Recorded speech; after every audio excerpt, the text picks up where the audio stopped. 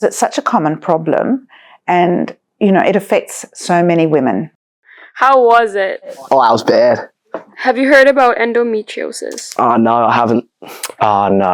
No, I don't think I have. No, I've not. Can you just tell me if you want? No, I haven't. No, I haven't. No, I haven't. My name is Caroline Gargett and I work at the Hudson Institute in the Ritchie Centre and I lead the endometrial stem cell biology group. I think one of the key things is education and actually just speaking about it and bringing it out into the open so that it's talked about in schools, at university, in the pub, because it's such a common problem. It affects so many women, 1 in 7.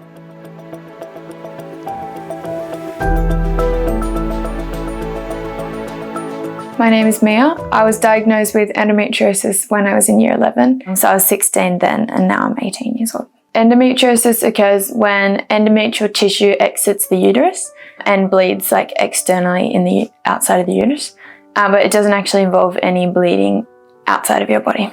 Endometriosis was pretty tricky for me to deal with throughout my education just because you got to go to school, hold your bags and walk around to class, and that doesn't seem like something that's tricky, but with endometriosis it was quite hard to stand up straight. I had to have a wheelchair when I was shopping just because I couldn't really walk much. So I did quite a lot of study from home in year 11. I felt like I was really missing out. I also had to quit my part-time job after 3 months, so it was tricky because I really enjoyed that job and I only just started working. Basically because I was saying I couldn't stand up much, it meant I couldn't really participate in my netball club, so I had to quit that as well. The physical pain affected how I could socialise with my friends. They either had to come to my house and just sit down with me, or I just basically didn't hang out with them much during that period of my life. The pain was getting really severe in year 10, so I went to the hospital twice and I got turned away because the doctors just didn't really know what was going on. They couldn't really explain the pain, so I just went back home and had to deal with it myself. Endometriosis is quite a tricky disease to diagnose. There have been advancements in ultrasound in the last few years, so some types of endometriosis can now be detected by ultrasound, but really most patients have to get to that surgery. So that was how I was diagnosed, was the day of my surgery. It was just really exciting knowing that they could remove the endometrial tissue and it could be all gone. But the day of the surgery was really hard for me. I'd never experienced pain that bad before. And then after having surgery, that period of time was worse than the pain I had before surgery.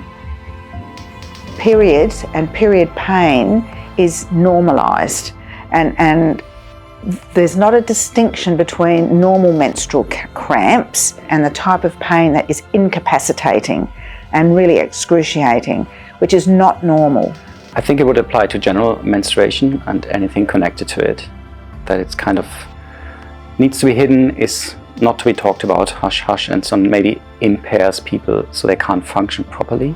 Yeah, I found that guys were initially awkward talking about period pain and this disease because they didn't really know the difference. But it was nice just telling them, oh, this is the disease, it doesn't affect me externally, so I'm not actually bleeding, don't worry. That helped them understand it a little bit more and then they could be a bit more relaxed about it. Okay guys, this is a really important message for you because 50% of the population are women. 1 in 7 to 1 in 9 of them have got endometriosis. You know some of them. They might be your sister, they might be your mother, they might be your cousin, they might be your partner. These are really important women in your life and you need to care about them. You need to encourage them to go and get help because they often have to go to the doctor, not just one. They may need to go to 5 different doctors to get a diagnosis. Endometriosis is a condition that can take away a person's quality of life. It's important to develop an understanding of how each other functions and be aware of conditions like endometriosis and menstruation in general. As a person who's had endometriosis and might have it again in the future, I would really like if the stigma was removed from the guys and if they could make us women feel a bit more comfortable about it, then it would be really nice because it is actually quite a horrible disease to go through. They need your encouragement to persevere and to cope with such a debilitating disease.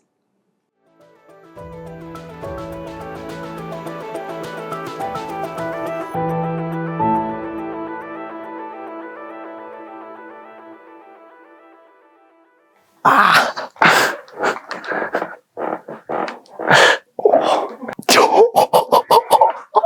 definitely feeling it. Far out. Stop.